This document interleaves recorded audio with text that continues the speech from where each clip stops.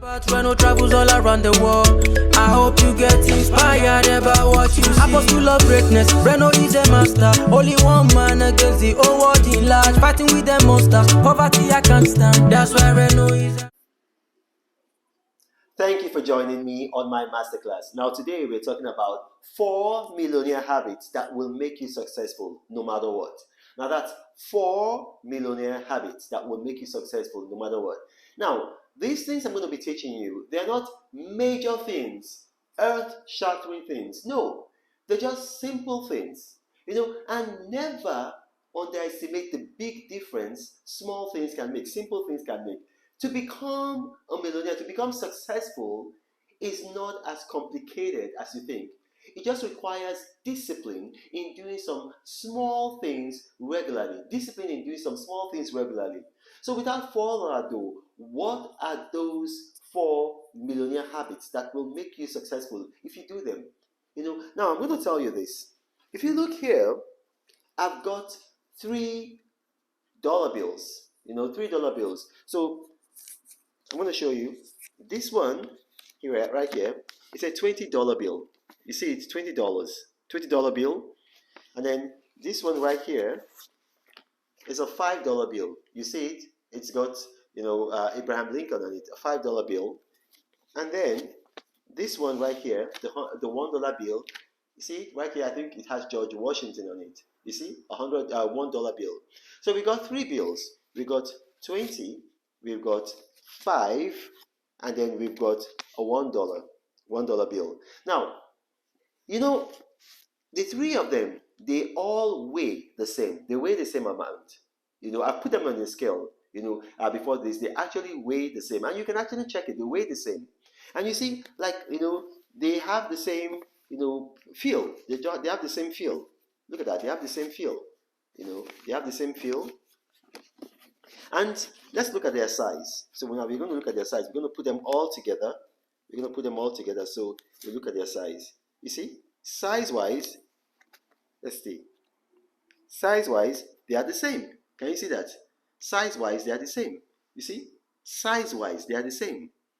But what makes one more valuable than the other?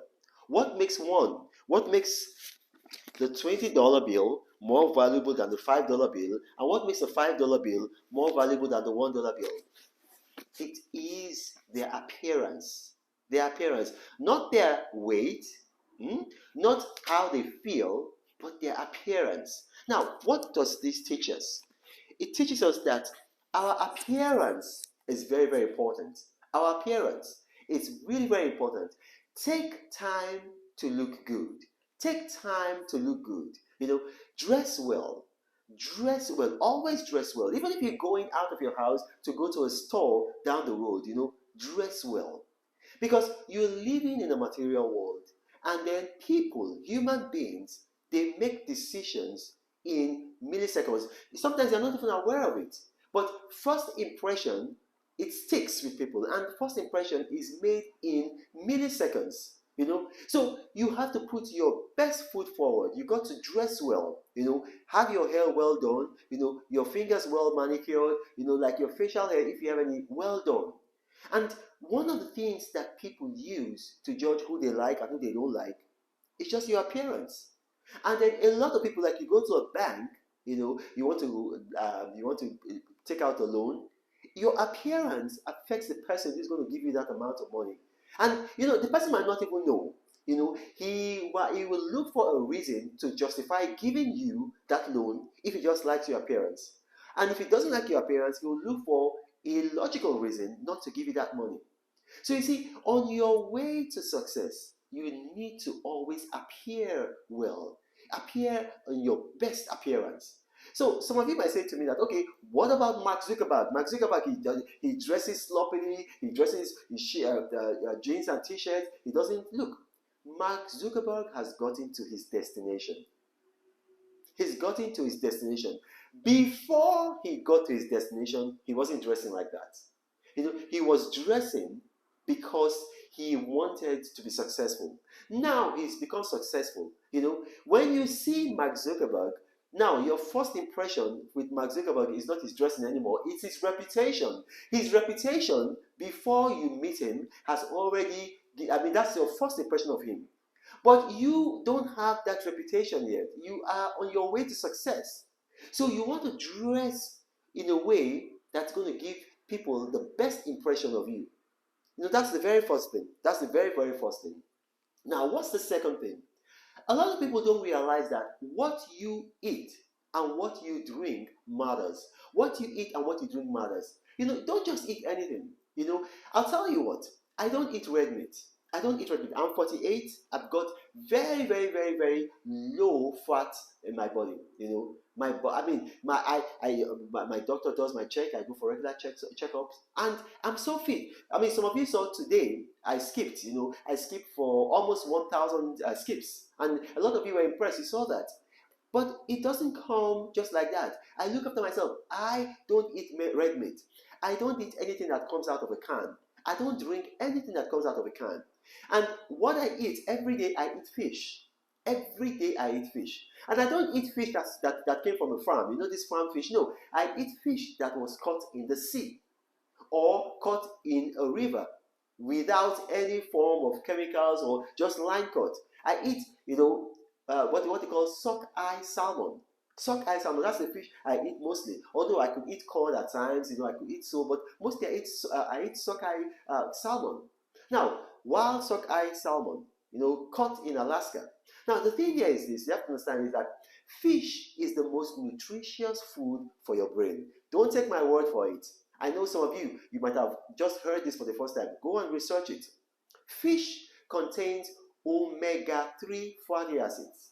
Omega-3 fatty acids. Fish. And then your brain consists of 60% fatty, just 60% fatty substances. Your brain. And of that 60% fatty substances that make up your brain, half of it, 50% of it, is omega-3 fatty acids. So when you're eating fish, it's brain food. You're feeding your brain. You're going to be smarter. You're going to be much smarter. You're going to be more intelligent. It will help your memory. It will help your focus. It will help you. And then you just find yourself that it's easier for you to get ideas. It's easier for you to remember things. It's easier for you to see people that you've not seen for 10 years and immediately you remember their name. You're so sharp. Because you have to understand, if you read scripture, if you read Genesis, if you see that God said He created food not just for nutrition but also for medicine. So the food that you're eating is medicine, it's health to your bones. So it's very important. Eat very well. And if you're going to eat red meat, red meat is very destructive for your body. You know, a lot of the times that you see people having like heart attacks, they're having, all kinds of diseases, they are linked to red meat. Fish is very, very good for you. And then even if you don't want to eat fish, but eat organic food. Don't just eat processed food or don't just eat GM food. When you go to the grocery store, look for organic food. Now, I had a friend who was telling me, oh, organic food is so expensive. And I told him, okay, since I've known you, actually it's a female, you know, she's married. Since I've known you, I've visited you in the hospital about 3 or 4 times. How many times have you heard that me, when Omoke became sick? It matters. Don't look at the cost of your food as the amount that you pay in the supermarket. Think about the health cost. Now that's the second one. Now the third one is this: sleep. Sleep for 8 hours. Forget about all these silly people that tell you that, oh no, that you're going to be poor if you sleep for 8 hours. That no, you should just sleep for 6 hours. You know, just have a power nap. That's not how God designed you to function. That's not how God designed you to function. You see, God works on you when you are sleeping. How do I know? Look at Adam. When God wanted to work on him and produce Eve, the woman for him, his companion, God put him to sleep. And then God worked on him. When you are sleeping, your body is being worked on. Your mind is being, if you ever, maybe you live in a modern city like London, New York, Los Angeles, Vienna, or in Austria, wake up at about 4 a.m. or 3:30 a.m. and go out, and you'll be very surprised. You will see people sweeping the streets. You will see people picking up litter. You will see people, fixing the lights. You will see people just, generally maintaining the city. And then, at first light, they disappear. And so you see the city looking spick and span, you think it's just like that. No, people maintained it. Now, when you're sleeping, your body is going through maintenance that God ordained. And so you need a minimum of 8 hours sleep. Sleep 8 hours. You as a human being, you're spirit, soul, and body. So that means, as I am right now, I'm spirit, soul, and body. The boss of me is my spirit. Now, look at that. You have 24 hours in a day. You break that into 3, and that gives you 8 hours. So 8 hours. So 8 hours is for your body. 8 hours is for your soul. 8 hours is for your spirit. Now, when one is fully functional, the other are resting. So you see, you need that 8 hours of sleep. It's going to help you. You're going to be physically in peak condition. You're going to be at your best at all times because you slept well. You're going to be like a phone that is well charged. You just be, if you have an electric toothbrush, just when your electric toothbrush is well charged and you use it to brush your teeth, you just feel it. That's how you're going to be. That's the third one. Now, what's the fourth one? The fourth one is this: you need to have purpose. You need to have purpose. You see, purpose pulls you into the future.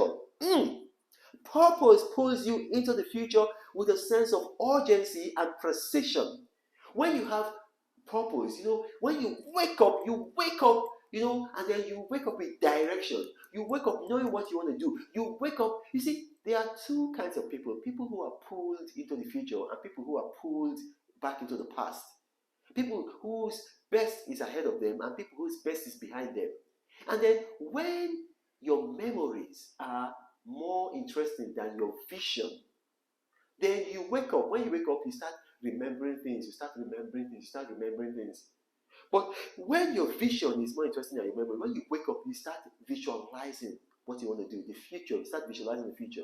And that can only happen if you have purpose. But if you don't have purpose, I'm telling you, you're not going to have a sense of urgency. And if you don't have a sense of urgency, you're not going to be successful. My name is Ronald Murphy. Now, if you've watched this, I know it's a lot to take in. Maybe you have questions because I talk too fast, or maybe my accent is a bit funny. It's quite possible. Or maybe you just have questions for the sake of having questions. Put them in the comment section of this video you're watching. And my staff, God bless my staff, they're very, very good. I love my staff. They're good at curating comments. They're going to bring them to me. And then I'll look through them and I'll do my best to respond to as many as possible. But you got to remember, I do not have a Gmail email address. I do not have a WhatsApp forum. I do not have a Telegram channel. Scammers have seen that my videos tend to go viral, so they've created all manners of YouTube profiles. They use my image on them, and then they go to the comment section. They tell them what a helpline, guideline, chat me up for more profitable info, one-on-one mentoring. I will help you. And then they end up duping people. I'm an apostle of prosperity. I want people to prosper. I don't want people to go into poverty because they've watched me. So be careful. Now this is Ronald Murphy saying God bless.